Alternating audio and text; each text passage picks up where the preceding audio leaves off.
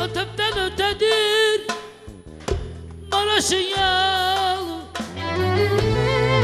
geçmez oldu burada kardeşin yolu.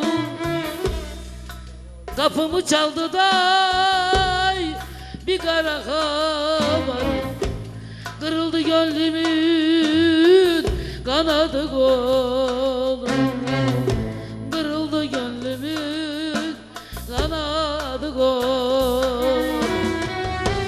Ne oldu kardeş, ne oldu? Yolda mı kaldın? Doluya mı düştün? Darda mı kaldın? Bir zalim elinden yaram aldın.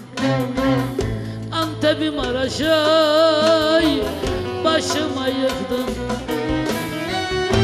Ne oldu kekom, ne oldu? Yolda mı kaldın? Doluya mı düştün? Darda mı kaldın? Bir zalim elinden yaram aldın. Antep'i Maraş'ı başıma yıktın.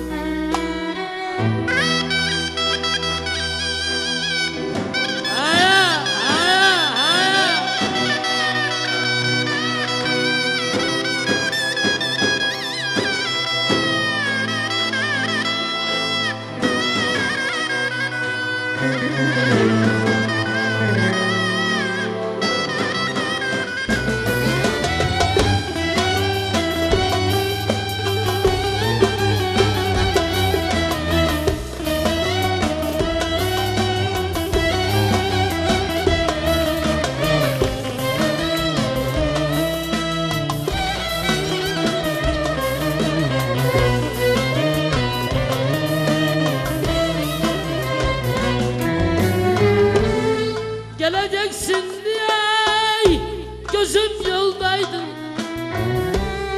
İçimdeki ateş o gün sondaydı. Nereye gittin kardeş, neydi acele?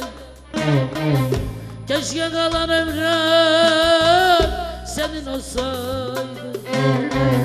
Keşke kalan ömrüm senin olsaydı.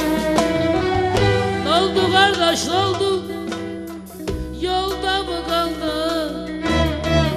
Doluya mı düştün? Darda mı kaldın? Bir zalim elinden yaram aldın. Antep'i Maraş'ı